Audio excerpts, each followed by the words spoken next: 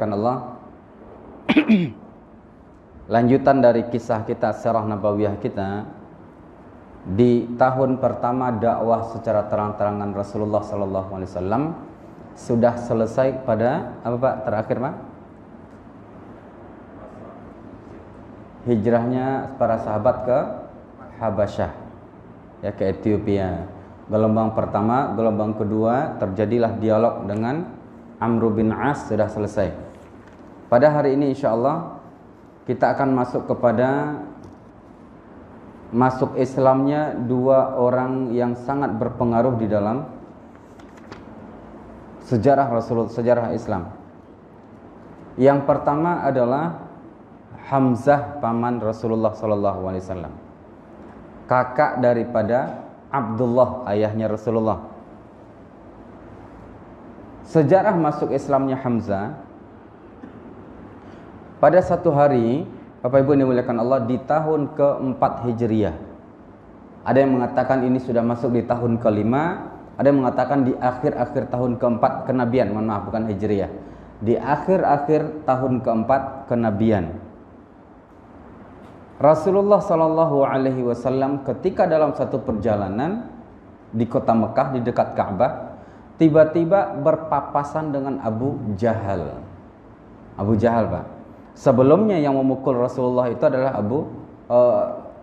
bukan memukul tapi menghina Rasulullah, itunya Abu Lahab. Turunlah surat Tabat Yada. Cerita kita pada hari ini, di tengah perjalanan Rasulullah di kota Mekah, tiba-tiba berpapasan dengan Abu Jahal.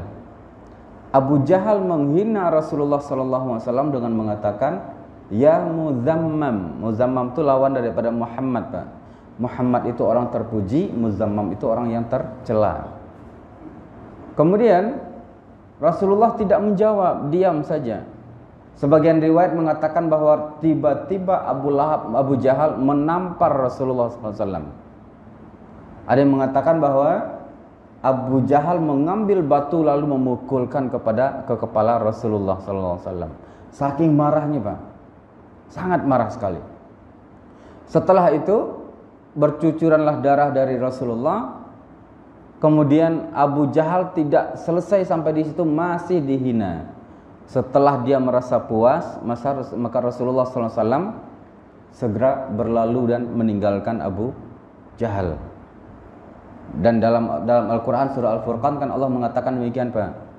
Idza khatabahumul jahiluna qalu salama. Kalau ada orang jahiliyah yang menyakiti atau menghina kaum muslimin, qalu salama, orang muslim nanti akan mengatakan salam, tidak membalas.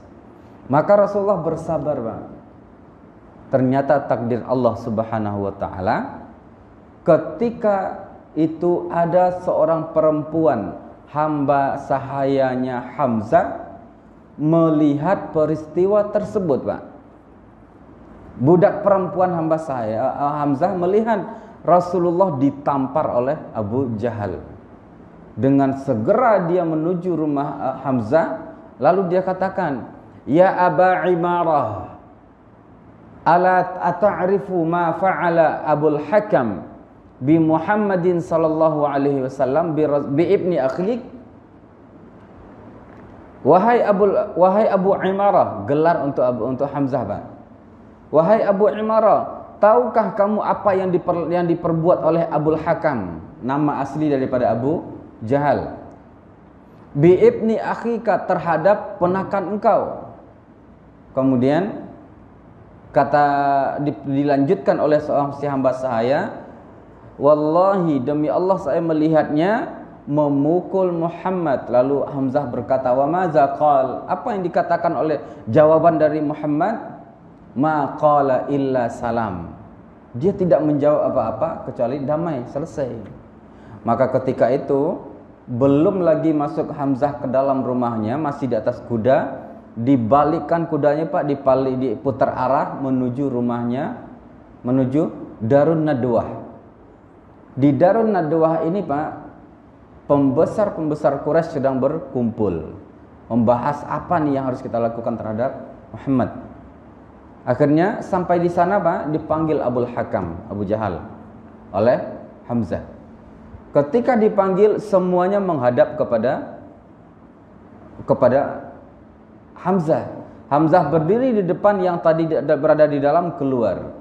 Persis di depan Hamzah adalah Abu Jahal. Kemudian tanpa banyak bicara Pak Ibu ini dimuliakan Allah, Hamzah menampar Abu Jahal. Sekeras-kerasnya Pak. Ditampar sekeras-kerasnya, lalu dia katakan, "Ataf'alu bi Muhammadin wa ana ala dinihi?" Apakah kamu menyakiti Muhammad sementara saya sudah beragama, memeluk agamanya Muhammad? Ketika itu kaum muslimin, Bapak Ibu, sebenarnya Hamzah belum masuk Islam. Hamzah masih setiap hari kalau ada orang menyakiti Rasulullah, dia akan bela Rasulullah karena itu keponakannya. Tapi sampai tahapan Abu Jahal yang menyakiti Rasulullah, hilang sabarnya. Bapak Ibu, sebenarnya sebagian ulama sejarah menyebutkan ucapan Abu Hamzah ini pada hakikatnya adalah emosionalnya dia sendiri. Dia sangat emosi, jadi satu hal yang paling bisa mengikat antara dia dengan Rasulullah adalah dia katakan, "Ataf'alu bi Muhammadin wa ana ala dinihi?" Apakah kamu menyakiti Muhammad sementara saya sudah memeluk agamanya? Yang perlu kita ketahui ya Pak Ibu, ini dimuliakan Allah, Hamzah ini adalah orang yang sangat ditakuti di Quraisy. Kuat, bertarung tidak pernah kalah, berkuda kencang Pak. Dan dia adalah orang yang paling suka berburu, hobinya. Kemudian darah keluar dari mulutnya Abu Jahal, tapi dia tidak berani melawan. Siapalah Abu Jahal dibanding dengan Hamzah? Maka ketika itu Abu Hamzah langsung berpaling, naik kudanya, langsung menuju rumahnya Rasulullah sallallahu alaihi wasallam. Sampai di rumah Rasulullah SAW diketoklah pintu Pak. Masuk ke dalam. Sampai di dalam, apa kata beliau? "Ya Muhammad," ponakan beliau, "kuntu ansuruka wa ana akhu abika." Dulu saya menolongmu karena saya adalah pamanmu, ana ammuk. Wal an i'lam ya Muhammad ansuruka wa ana ala dinik. Hari ini ya Muhammad, saya akan menolong dan melindungi kamu, dan saya akan ikut agamamu wahai Muhammad. Lalu dia mengatakan, "Asyhadu an la ilaha illallah wa asyhadu annaka Rasulullah." Ya Muhammad, ketahuilah saya bersaksi tiada Tuhan selain Allah, dan aku bersaksi engkau adalah utusan Allah Subhanahu wa taala. Bapak Ibu ini muliakan Allah, ketika itu para sahabat yang berada di sekeliling Rasulullah bertakbir, Pak. Bertakbir. Kenapa? Karena masuk Islamnya Hamzah ini akan membuat geger orang Quraisy. Tersebarlah Pak dari mulut ke mulut, Hamzah masuk Islam, Hamzah masuk Islam. Mereka orang Quraisy punya istilah Pak, soba'a. Qad soba'a Hamzah. Soba'a itu kalau bahasa kitanya murtad Pak. Tapi soba'a mereka pakai keluar dari agama nenek moyangnya masuk ke agama Islam. Mereka pakai istilah soba'. Soba'a Hamzah. Hamzah sudah keluar dari agama nenek moyang dan masuk ke dalam Islam. Geger orang Quraisy Pak, yang ketika itu sedang membicarakan masalah Muhammad sallallahu alaihi wasallam, masuk Islam Hamzah, tambah berat masalah mereka Pak.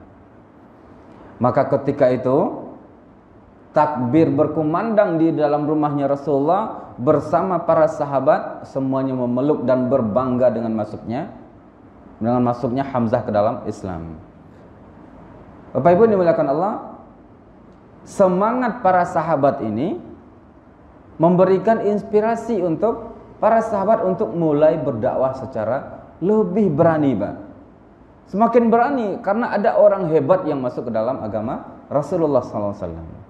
Nah, kemudian Bapak Ibu, 3 hari setelah Hamzah masuk ke dalam Islam, tahunnya bisa kita katakan di akhir tahun 4 kenabian ataupun di awal tahun ke-5 kenabian. 3 hari setelah peristiwa itu Pak Ibu, terjadi penyiksaan besar-besaran oleh orang Quraisy terhadap keluarga-keluarga mereka yang masuk Islam.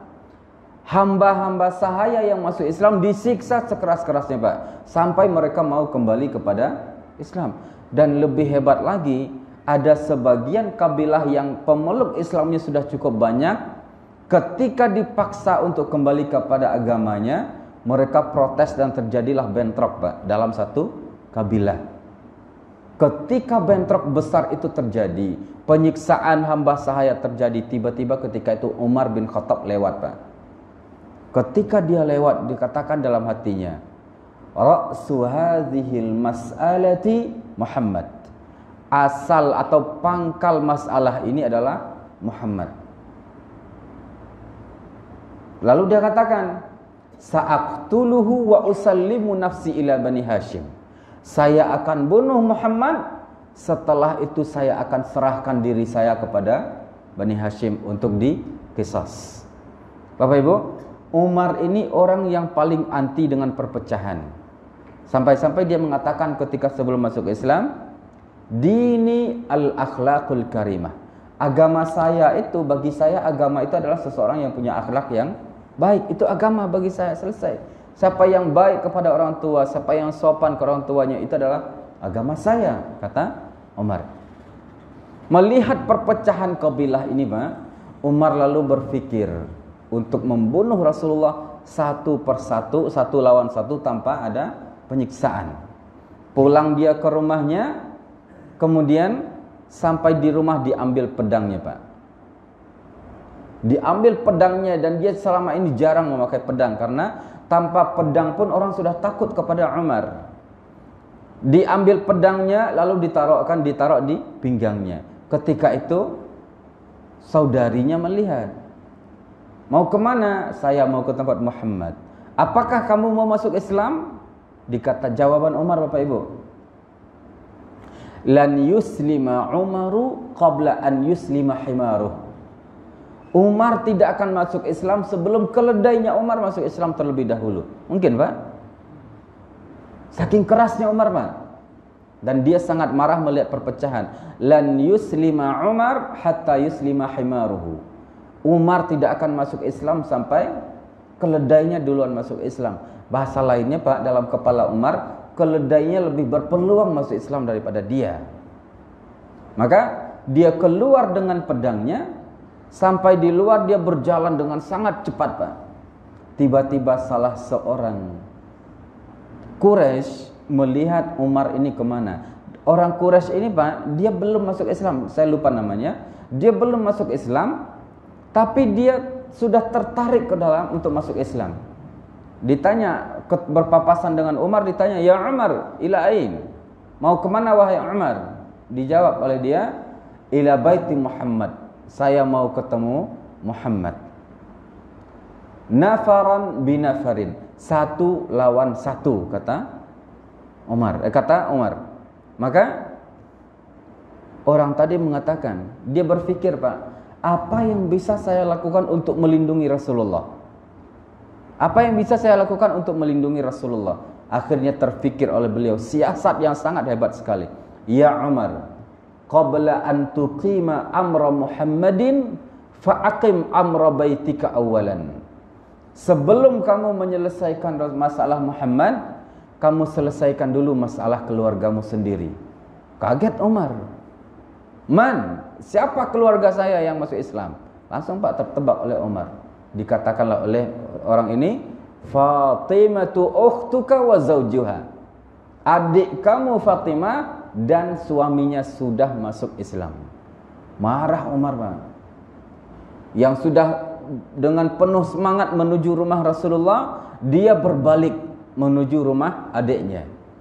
Sampai di rumah adiknya, Pak, dia mendengar sayup-sayup Al-Quran dibacakan di dalam rumah itu. Ketika itu diketuklah pintu dengan sangat keras. Biasa, Pak, orang Arab itu kalau ngetuk pintu keras, Pak. Kalau kita kan pakai ujung ini, Pak, ya, lembut. Orang Arab biasanya ngetuk pintu. Mau bertamu sopan-sopan kah atau marah sama, Pak. Diketuk pintu, di dalam rumah sedang ada Fatimah, suaminya, dan ada juga Salim. Nah, ketika ketika Umar datang dilihat oleh adik perempuannya, ternyata Umar datang dengan menghunus pedang. Maka disuruhlah salah seorang sahabat yang masuk ke sana mengajarkan Islam untuk bersembunyi. Ketika bersembunyi, dibuka pintu, lalu ditanya, "Aslamtum? Apakah kalian sudah masuk Islam?" Kemudian dengan ragu-ragu dan tidak mau mengaku, Pak, mau menyembunyikan keislamannya karena mereka takut kepada Umar, mereka mencari kilah-kilah menjawab dengan siasat, Pak, berpolitik. "Ala tajlis ya Umar, tidakkah engkau duduk dulu wahai Umar?" kata adiknya. "Aslamtuma? Apakah kalian sudah masuk Islam? Attaba'tuma Muhammadan? Apakah kalian mengikuti Muhammad?" Kemudian tidak lama, Bapak Ibu yang dimuliakan Allah, tiba-tiba mata Umar terarah kepada lembaran-lembaran Al-Quran yang disembunyikan oleh adiknya di balik kursi. Tiba-tiba matanya ke arah situ, Pak.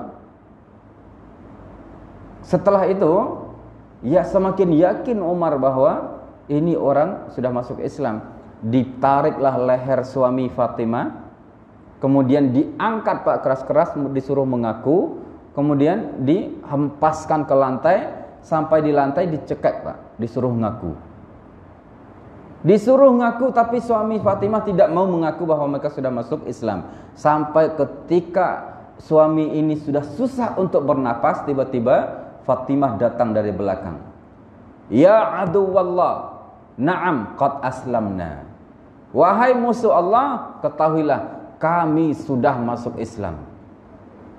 Kemudian Umar marah, ditampar adiknya, Pak. Berdarah, keluarlah darah dari mulutnya. Ketika itu dia duduk. Ternyata dia sekeras itu Umar, Pak, tapi ketika melihat perempuan yang berdarah giginya di mulutnya, mereka terhenyak, Pak. Kemudian Umar duduk, dalam duduk itu lalu dia katakan, "Saya mau membaca lembaran itu, Al-Quran." Kata Fatimah, "La, hatta tathur." Bersuci terlebih dahulu baru kamu boleh memegang ini. Sebagian riwayat mengatakan bahwa Umar memenuhi permintaan adiknya, dia bersuci, membersihkan badannya, diajarkan untuk berwudu, kemudian setelah itu baru dikasih oleh Fatimah lembaran-lembaran tadi. Ketika dia baca, Pak, apa yang dibaca oleh Umar? Toha, ma anzalna 'alaikal qur'ana litashqa. Surat Toha dibaca oleh Umar dari awal sampai beberapa ayat di dalam surah Toha. Kemudian di sana, Pak, masuk dalam dirinya, sekali baru saja dia mendengarkan Al-Quran. Sekali saja, Pak, dia mendengarkan Al-Quran, masuk ke dalam jiwanya, lalu dia katakan, "Dullani ala Muhammad." Tunjukkan kepada saya di mana Muhammad. Fatimah masih marah, Pak. "La, saya tidak akan pernah menunjukkan kamu kepada engkau Muhammad." Sampai akhirnya Umar mengatakan, "Saya akan masuk Islam." Di situ, Pak, baru Umar diizinkan oleh Fatimah, ditunjukkan di mana posisi Rasulullah SAW. Kemudian Umar keluar dan dia tidak mau ditemani oleh orang lain. Dia keluar tapi pedang tetap tidak dilepaskan, Pak. Sampai di lorong-lorong ketemulah rumah Rasulullah SAW. Sampai di sana biasa, Pak, diketuklah rumah dengan keras. Dilihat oleh para sahabat dari dalam, diintip, ternyata Umar. Lalu kata para sahabat yang lain, "Man Umar? Jaa mutahayyifan bisayfihi." Dia datang dengan menghunus pedang. Ketika itu, Pak, Hamzah yang baru 3 hari masuk Islam mengatakan, saya yang akan menyelesaikan. In arada khairan falyadkhul wa in arada syarran fa'aqtul. Kalau dia mau kebaikan, kita persilahkan dia masuk. Kalau dia mau keburukan, saya yang akan membunuh Umar, kata Hamzah. Maka Pak Ibu, Hamzah menunggu di depan pintu, dibuka pintu, dipegang lehernya Umar, Pak. Dipegang kerah bajunya, dimasukkan ke dalam, sampai di dalam diambil pedangnya. Lalu kata Rasulullah, da'hu ya Hamzah. Biarkan dia ya pamanku. Dibiarkan oleh Hamzah sampai di hadapan Rasulullah sallallahu alaihi wasallam. Ketika itu juga Pak Ibu, tanpa berkata-kata Umar langsung mengatakan, "Ya Rasulullah, asyhadu an la ilaha illallah wa asyhadu anna Muhammadan wa asyhadu annaka Rasulullah." Saya bersaksi bahwa tiada Tuhan selain Allah dan saya bersaksi engkau adalah utusan Allah. Ketika itu Pak, gemuruh takbir lebih hebat daripada ketika Islamnya Hamzah. Nah, kenapa Pak? Umar ini anak muda, orang terpandang, dan di Mekah selama ada pertandingan gulat belum pernah ada yang mengalahkan dia. Coba. Kemudian para sahabat semuanya memeluk Umar dengan teriakan Allahu Akbar. Setelah itu Umar langsung berkata kepada Rasulullah, "Ya Rasulullah, alasna 'alal haqq fa fimal ikhtifa." Ya Rasulullah, bukankah kita dalam posisi benar? Kenapa kita harus sembunyi-sembunyi? Bapak Ibu, orang pertama mengumumkan keislamannya adalah Umar. Umar orang paling pertama mengumumkan keislamannya. Ketika dia masuk Islam, dia mengatakan, "Ya Rasulullah, bukankah kita dalam posisi benar? Kenapa harus bersembunyi?" Lalu dia minta izin keluar untuk mengumumkan keislamannya. Dia keluar dari rumah Rasulullah. Rumah pertama yang dia kunjungi adalah rumah Abu Jahal.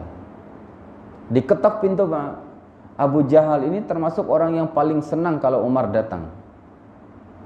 Ketika diketok pintu, dibuka oleh Abu Jahal, dikatakan, "Ya Abul Hakam, i'lam anni qad aslamtu." Ketahuilah saya sudah masuk Islam. Merah wajah Abu Jahal Pak. Dia mengatakan, "Wallahi innahu lasau'ah." Sungguh ini berita paling buruk itu Pak maknanya. Dia enggak peduli. Dia jalan, datang dia ke rumah Al-Walid ibn al-Mughirah, ayah daripada Khalid bin Walid. Sampai di sana diketuklah pintu. Dibuka oleh Al-Walid, dia katakan, "I'lam anni aslamtu." Ketahuilah saya sudah masuk Islam. Siapa Pak yang berani? Enggak ada Pak yang berani menyakiti Umar. Dia datang ke pembesar Quraisy, dia katakan, "Saya sudah masuk Islam." Coba Abdullah bin Mas'ud yang kita baca kisahnya pada sebelumnya Pak. Dia baca Al-Quran. Ketika dia baca Al-Quran itu, dia dipukuli sehabis-habisnya oleh orang-orang Quraisy. Abu Bakar As-Siddiq dipukuli orang Quraisy. Umar bin Khattab datang dia ke rumah Abu Jahal, "In anni aslamtu." Saya sudah masuk Islam. Nah, tidak satu pun orang Quraisy Pak yang berani. Kemudian dia sampai ke Darun Nadwa. Pembesar Quraisy sebagian besarnya masih berkumpul di sana Pak, membicarakan urusannya, bagaimana penyelesaian urusan Muhammad. Lalu dia katakan, "Ya Quraisy," ya, itu Pak, dalam keadaan di hadapan umum, dia katakan, "Ya Quraisy, i'lamu anni aslamtu." Ketahuilah wahai orang Quraisy, saya sudah masuk Islam. Ketika itu Bapak Ibu, di depan Darun Nadwah itu berdirilah para pemuda-pemuda Quraisy.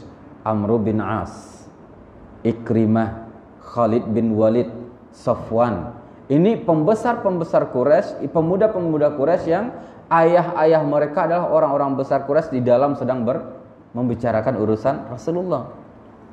Ketika itu Khalid bin Walid mengatakan, "Saya sudah menebak dari dulu Umar ini sepertinya akan jadi orang pertama masuk Islam di antara kita," kata Hamzah, kata Khalid bin Walid. Jadi Pak Ibu ini dimuliakan Allah, ketika itu Umar dan Khalid ini mereka masih sama seusia Pak Ibu ya, masih sama-sama pemuda. Nah, ketika Umar sudah mengumumkan keislamannya, lalu dia pergi. Ketika dia pergi dihadang oleh orang-orang Quraisy Pak. Ada yang mencoba untuk menyakiti Umar. Umar yang ketika itu tidak pakai pedang lagi Pak. Tiba-tiba ada yang menghadang dia, 2, 3, 4 orang datang memukul dia. Semuanya dilawan Pak oleh Umar. Lalu datang orang bertongkat, pakai tongkat dia Pak melawan Umar. sampai tongkat itu direbut oleh Umar, dipukulkan ke orang yang punya tongkatnya. Lalu tiba-tiba datanglah Utbah ibn Rabi'ah. Dia termasuk orang Quraisy yang cukup bijaksana, tapi dia tidak mau masuk Islam karena takut kehilangan posisinya di tengah-tengah orang Quraisy. Lalu dia katakan bahwa biarkanlah seseorang memilih apa yang dia inginkan. Semua orang berhenti. Umar yang masih megang tongkat tadi, lalu dilemparkanlah ke orang yang punya, lalu dia selesai dan pergi. Itu Pak cerita daripada Umar.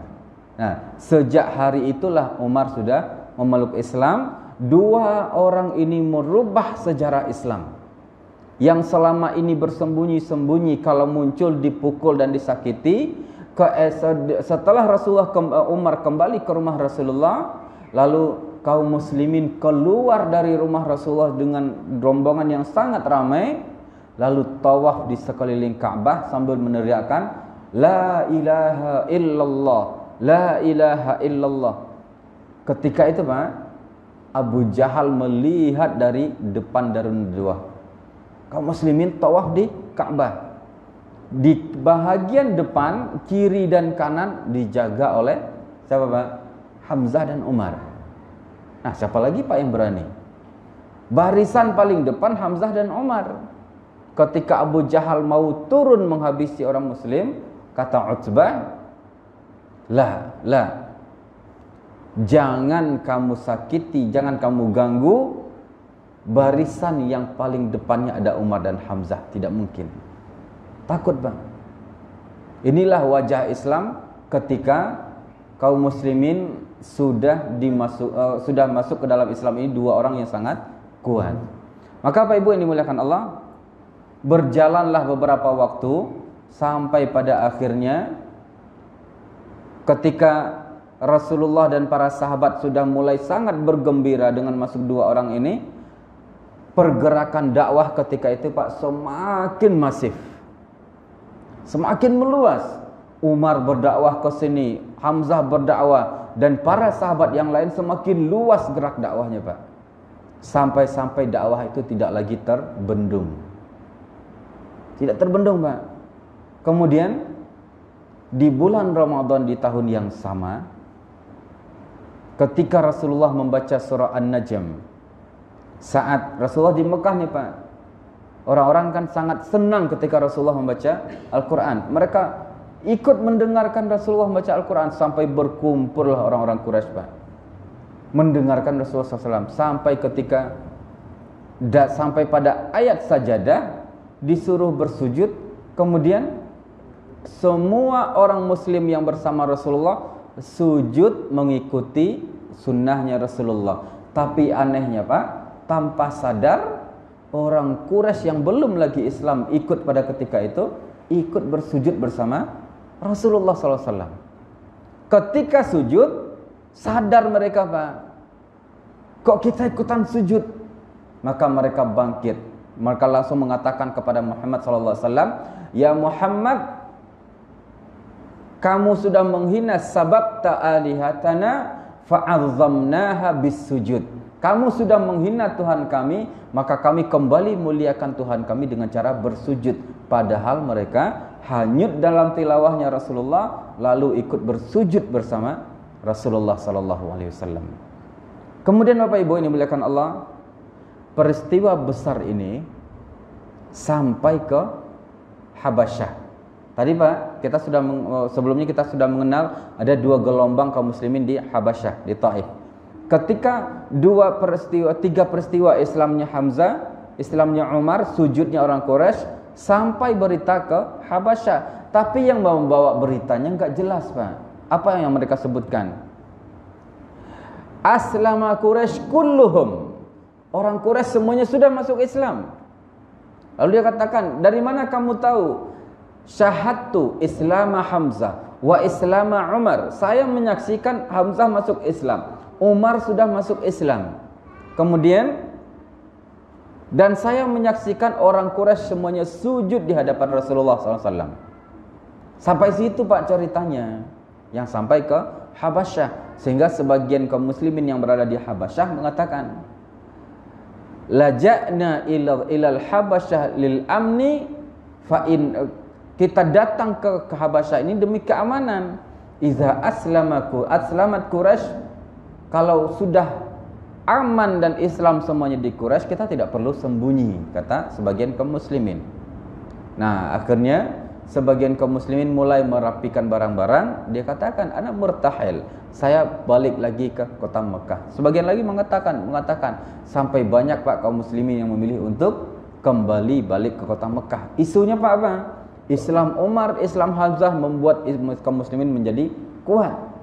Yang kedua, semua orang Quraisy bersujud, mereka ikut masuk Islam semuanya. Ini berita Pak, sepotong-sepotong. Yang sisanya mereka tidak sampaikan. Maka pulanglah sebagian kaum muslimin yang di Habasyah sampai di kota Mekah, Pak. Salah satu cerita, Abdullah bin Suhail bin Amr adalah salah seorang sahabat yang ikut hijrah ke Habasyah. Sampai dia di rumahnya disambut oleh adiknya Abu Jandal, bukan Abu Jandal Pak ya, Abu Jandal. Disambut oleh Abu Jandal. Peluk haru dari Abu Jandal ini Pak membuat suasana gembira malam itu Pak. Kemudian keesokan paginya Suhail bin Amr, ayah mereka, mengatakan, wahai Abu Jandal, besok ajak ayah pak abangmu, kakakmu untuk hadir di majelis paman-pamanmu, lalu dia jelaskan kepada kami tentang Islam. Maka senang Abu Jandal. Ketika pagi hari datanglah Abu Jandal bersama abangnya, kakaknya yaitu Abdullah, masuk ke majelis ayah dan paman-pamannya. Sampai di sana Bapak Ibu yang dimuliakan Allah, apa yang terjadi? Paman-pamannya berdiri menyambut, lalu mengikat kembali Abdullah ini, diikat tangan dan kakinya, langsung diseret kembali ke dalam penjara di rumahnya, dikurung Pak, dikurung. Keesokan pagi itulah Pak, di pagi itu ternyata kaum muslimin baru tahu bahwa berita yang sampai ke Habasyah tidak utuh, tidak utuh Pak. Umat Islam Umar oke, Islam Hamzah oke, umat Islam semuanya sudah, orang Quraisy semuanya masuk Islam dan Mekah sudah aman. Ini beritanya tidak utuh. Sehingga setiap sahabat yang kembali lagi ke kota Mekah dari Habasyah, semuanya dikurung kembali oleh keluarganya. Coba. Tersisalah sebagian yang masih bertahan di Habasyah. Bapak Ibu yang dimuliakan Allah, ini peristiwa besar yang dialami oleh kaum muslimin di awal-awal tahun kelima kenabian. Ya, tahun kelima kenabian. Jadi Bapak Ibu, sejak Rasulullah berdakwah secara terang-terangan, tidak panjang waktunya Pak. Semua sehari-hari yang beliau lalui sudah dipenuhi dengan penyiksaan, penindasan. Beberapa hikmah Bapak Ibu yang dimuliakan Allah dari kisah ini adalah hidayah yang Allah sampaikan kepada seseorang, terkadang dia masuk dengan sangat cepat, terkadang membutuhkan waktu yang cukup panjang. Umar bin Khattab sekali dia mendengar membaca surah Thaha, langsung masuk ke dalam jiwanya, dia masuk Islam. Hamzah dalam riwayat dikatakan bahwa dari sejak awal Rasulullah masuk Islam, jadi diangkat menjadi nabi. Tahun pertama, tahun kedua, tahun ketiga dakwah sirriyah, tahun keempat dakwah jahriyah. 4 tahun Pak, sampai di tahun awal-awal tahun kelima kenabian ini, dia sering mendengarkan Al-Quran dari Rasulullah.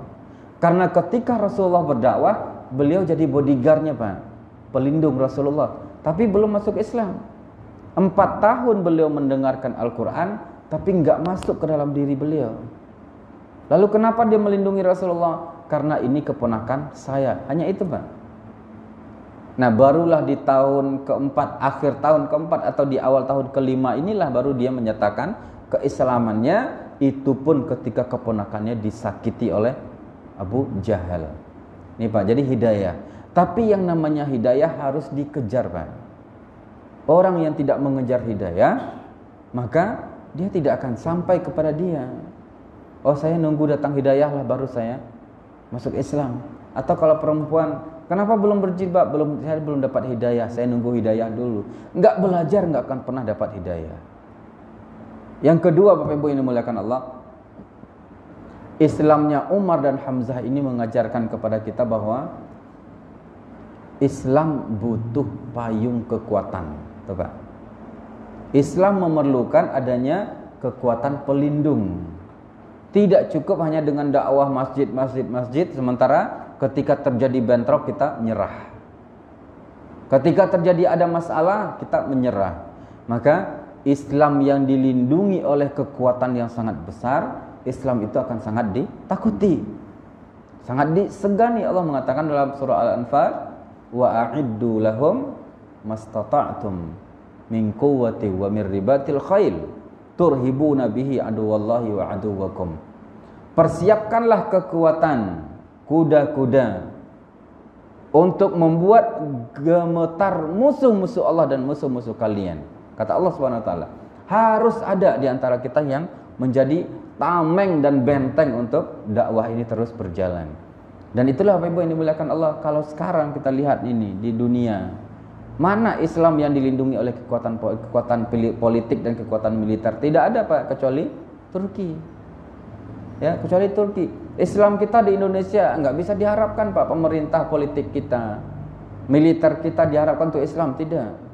Mesir tidak Pak. Mesir itu tidak jauh berbeda dengan Indonesia.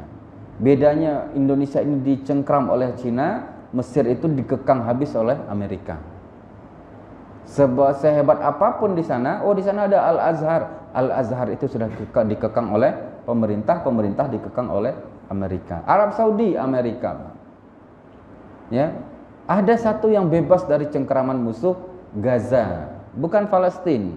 Karena Palestina secara umum juga diatur oleh Amerika, tapi Gaza dia adalah kekuatan yang berdiri sendiri tanpa ada tekanan dari musuh-musuh Allah. Tapi apa kekuatan Gaza Pak? Yang jumlah penduduknya katanya cuma 1,5 juta. Tidak banyak Pak penduduknya. Nah, penduduk yang sedikit inilah yang punya kekuatan militer juga sedikit. Apa yang bisa dia lakukan dalam ketertindasan seperti ini? Maka Bapak Ibu yang dimuliakan Allah, Islam kita harus punya kekuatan. Kekuatan itu Bapak Ibu yang dimuliakan Allah masuk di dalamnya kekuatan politik. Politik Pak, ini penting sekali. Orang Islam harus sadar politik, tidak boleh menyerahkan urusan politik ini kepada orang lain. Kami cukup urusan masjid, tidak. Kekuatan ekonomi penting Pak.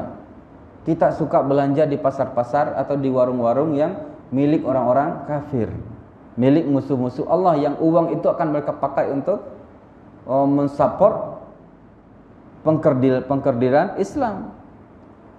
Bapak Ibu, di sini ada 212 Ustaz, Pak? Enggak ada? Ada? Ada?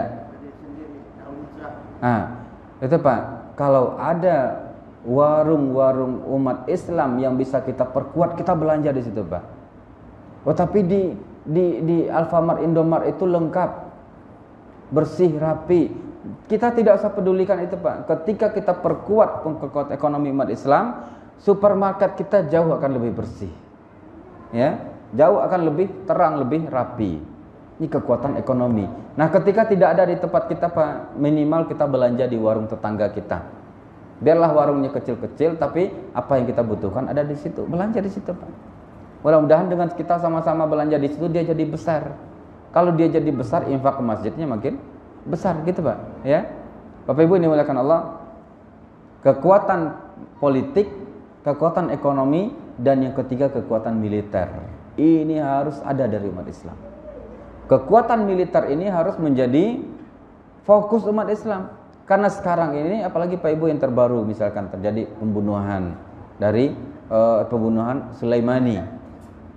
Nah, walaupun di era yang serba dengan kedamaian teknologi seperti sekarang, orang tetap saja main bunuh-bunuhan. Umat Islam kalau tidak punya kekuatan politik, ekonomi, dan tidak punya kekuatan militer, dia akan direndahkan. Arab Saudi Pak, apa kurangnya Pak? Uang banyak. Banyak uangnya Pak. Kenapa dia tidak menjadi kuat seperti harusnya orang yang punya uang banyak? Bapak Ibu, konflik dalam kerajaan ingin mempertahankan kursi raja, ternyata mereka harus minta bantuan kepada Amerika. Maka Amerika bantu Raja Salman Kamu saya bantu untuk mempertahankan kekuasaanmu, turun kepada anakmu tapi ikuti saya. Itu Pak. Dah selesai. Militer Arab Saudi kuat atau tidak? Kuat sementara Pak. Karena pasokan senjatanya dari Amerika. Nggak diizinkan untuk membuat senjata sendiri. Mesir buat sendiri, nggak mungkin juga, nggak diizinkan. Itu Pak. Sehingga umat Islam untuk saat ini hampir bisa dikatakan bahwa tidak ada umat Islam yang dipayungi oleh kekuatan yang menjadi hal yang disegani oleh orang lain. Sementara sekarang ini adalah Turki, dan Turki Bapak Ibu dikepung oleh musuh-musuh Allah itu. Inggris dari Eropa mengepung, dari Amerika mengepung, kekuatan ekonominya dilemahkan, militernya dilemahkan, tapi kemampuan dia untuk berdiri sendiri akan bisa memperkuat dia terus menghadapi kepungan-kepungan ini, Pak. Ya, oleh sebab itu Bapak Ibu yang dimuliakan Allah, kita harus sama-sama sadar ini, dan termasuk dalam lingkungan terkecil Bapak Ibu yang dimuliakan Allah, kita di sini misalkan, kita juga harus punya payung kekuatan untuk membawa Islam kita minimal di tempat kita, Pak. Kita baru di Sukajadi pemilihan ketua RW, takdir Allah. Ketika maju jadi pencalonan ada 5. 1 RW lama mundur, saya sudah tidak mau. Kemudian ada 4 orang, tinggallah 3 calon. 3 calon ini 1 Muslim, 1 Kristen, 2 Muslim. Kita lobilah bapak yang 1 ini untuk mundur, nggak mau beliau. Akhirnya kalah. Nah sekarang Sukajadi sudah dipimpin oleh RW yang tidak beragama Islam. Kebijakannya Allah alam. Yang jelas di hari sambutan pertama RW, kata pengurus yang lain, sudah apa Pak? Cinta kasih damai Tuhan, itulah bahasanya Pak. Kata beberapa teman saya di masjid, geli telinga saya dengar sambutan RW seperti itu di tempat di Sukajadi, kata beliau. Yang kemudian juga mungkin akan ada efek lainnya adalah untuk masjid dan pergerakan dakwah kita. Bapak Ibu yang dimuliakan Allah, poin kita di sini adalah pelajaran kita hari ini mengajarkan kepada kita untuk membuat kekuatan, menyusun kekuatan semaksimal mungkin. Apapun yang bisa kita lakukan, kita lakukan. Orang yang kuat dia bisa berbuat lebih banyak. Bedanya dengan orang lain, kalau kuat menzolimi, kita kalau kuat kita akan menyebar manfaat. Baik Bapak Ibu yang dimuliakan Allah, jazakumullahu khairan. Jam berapa Pak Ustaz? Isya Ustaz? Sudah masuk? Sebentar lagi Ustaz ya. Jazakumullahu khairan, semoga bermanfaat untuk kita bersama, dan insyaallah di pertemuan yang akan datang kita akan membahas satu peristiwa lagi yang sungguh sangat lebih berat lagi, yaitunya peristiwa Al-Hisar atau boikot kaum muslimin oleh orang-orang Quraisy, boikot Bani Hashim. Dan peristiwa ini berlangsung selama 3 tahun, dan insyaallah kita akan bahas detailnya pada pertemuan yang akan datang. Jazakumullahu khairan. Al-'afwu minkum. Wassalamualaikum warahmatullahi wabarakatuh.